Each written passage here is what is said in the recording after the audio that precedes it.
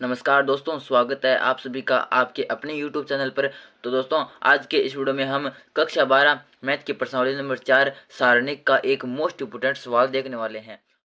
तो दोस्तों, आज के इस वीडियो में हम कक्षा 12 मैथ की प्रश्नावली 4 का एक मोस्ट इम्पोर्टेंट सवाल देखने वाले हैं। और दोस्तों, ये सारणिक का एक इम्पोर्टेंट सवाल है और कई बार परीक्षा के अंदर पूछा भी गया है। और दोस्तों, ये सवाल 5 अंक के अंदर आता है, 5 अंकों वाले प्रश्न के अंदर आता है। तो दोस्तों, ये अंकों के हिसाब से भी एक इम्पोर्टेंट सवाल है। तो चलिए दोस्तों, करते हैं इस वीडियो को स्टार्ट और देखते हैं इस सवाल का हल। और दोस्तों, आपसे रिक्वेस्ट है कि वीडियो को एक लाइक कर दीजिए और चैनल को सब्सक्राइब कर दीजिए। और दोस्तों, अगर आप कक्षा 12 मैथ के और भी इंपॉर्टेंट सवाल देखना चाहते हैं तो मैंने कक्षा 12 मैथ के मोस्ट इंपोर्टेंट सवालों की एक अलग से प्लेलिस्ट बना रखी है। तो दोस्तों, आप वो प्लेलिस्ट जाकर मेरे चैनल पर चेक कर सकते हैं, या फिर मैं इसी वीडियो के डिस्क्रिप्शन में उस प्लेलिस्ट का लिंक दे दूंगा, तो आप वहाँ पर जाकर भी वो प्लेलिस्ट देख सकते हैं। तो चलिए दोस्तों, अब करते हैं इस सवाल का हल।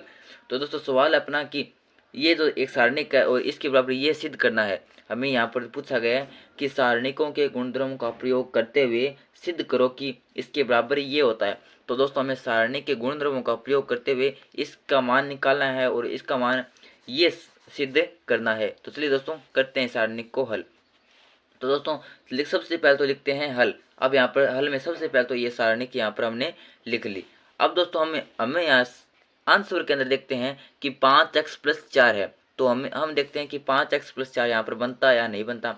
तो दोस्तों, हम देखते हैं कि जब ये पहली पंक्ति है, इस पंक्ति के अंदर ये और ये दोनों जोड़ दिया जाए तो ये बन गया हमारा 2 2 4x और एक 5x+4।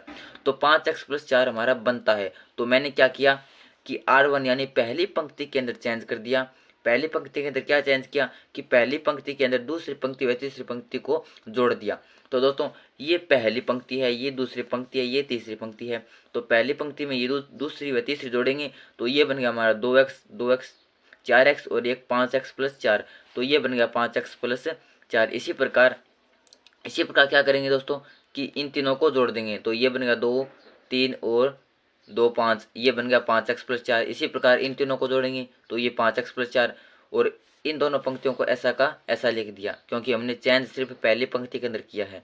तो इस प्रकार मैंने पहली पंक्ति में चेंज कर दिया। पहली पंक्ति के अंदर क्या चेंज किया कि पहली दूसरी व तीसरी तीनों को जोड़ दिया और जोड़कर लिख दिया।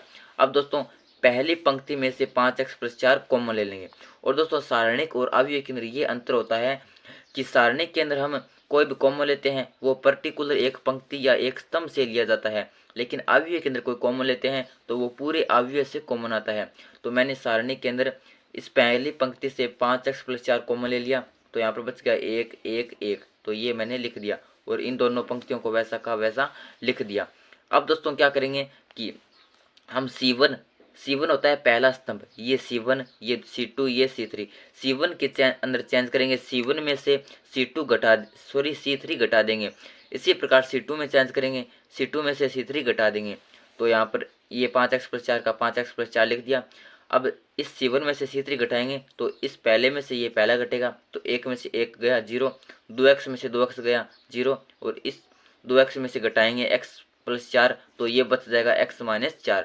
इसी प्रकार C2 में से C3 घटाएंगे तो 1 में से 1 घटेगा 0, x+4 में से 2x घटेगा तो 4 x, 2x में से x+4 घटेगा तो x-4 और इसको ऐसा का ऐसा लिख दिया। अब दोस्तों, यहाँ पर ये हमारा 5x+4 और ये एक सारणिक है। इसको हम पहली पंक्ति के अनुसार हल कर लेंगे। और इसको हल कैसे करते हैं कि पहले ये अवयव लेते हैं, उसके बाद गुणा का चिन्ह लगाते हैं, फिर इस स्तंभ को छोड़ देते हैं, इसको छोड़ देते हैं, इसका गुणा करवाते हैं और इसमें से ये घटा देते हैं। तो दोस्तों, हमारे यहाँ पर ये पहला अवयव भी 0 है, ये भी 0 है। तुम्हारा जो ये पहले दो मान तो 0 आ जाएंगे क्योंकि किसी भी संख्या को 0 से गुणा करने पर ये टोटल मान 0 हो जाता है। तो ये तो 0 आ गया। अब ये एक बचता है हमारे पास, तो एक कॉमन लेंगे बाहर, तो एक कॉमन लेंगे तो सॉरी कॉमन नहीं, एक गुणा में लेंगे तो इसको छोड़ देंगे, इस स्तंभ को छोड़ देंगे, इस पंक्ति को छोड़ देंगे, फिर इसका इसके साथ गुणा तो 0 आ गया। इसमें से घटा देंगे इन दोनों का गुणा। आपको यहाँ पर दोस्तों चिन्ह का विशेष ध्यान रखना है, तो इसमें से आपको ये घटा देना है। तो दोस्तों, इस प्रकार कहने का मतलब ये है कि आपको ये सारणिक को हल करना है।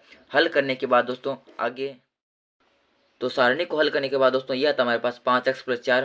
पहले दो योग तो हमारे 0 हो गई, फिर प्लस में 1 बार लिया और ये 0 माइनस, और उन दोनों सबसे पहले तो इन दोनों वाली संख्या को गुणा करवाया, फिर इस साइड वाली संख्याओं का गुणा करवाया तो ये आ गया हमारे पास x minus 4 into 4 minus x.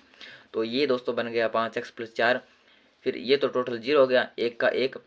तो अब इन दोनों का गुणा करवाएंगे तो x का 4 के साथ गुणा 4x, फिर x का माइनस इस x के साथ गुणा तो माइनस का एक्स स्क्र, फिर माइनस 4 का गुणा 4 के साथ तो माइनस का 16, माइनस 4 का माइनस एक्स के साथ तो minus minus into plus 4x। और इस पूरे के बाहर माइनस है तो अब इस माइनस का अंदर गुणा करवा देंगे तो ये बन गया माइनस का 4x, ये माइनस इंटू माइनस प्लस का एक्स स्क्र, ये प्लस का 16, ये माइनस का 4x, बाहर 5x प्लस 4। तो इस माइनस 4x तो ये होगा माइनस का 8x, और ये एक्स स्क्र और 16 का 16। तो ये बन गया दोस्तों हमारा 5x प्लस 4।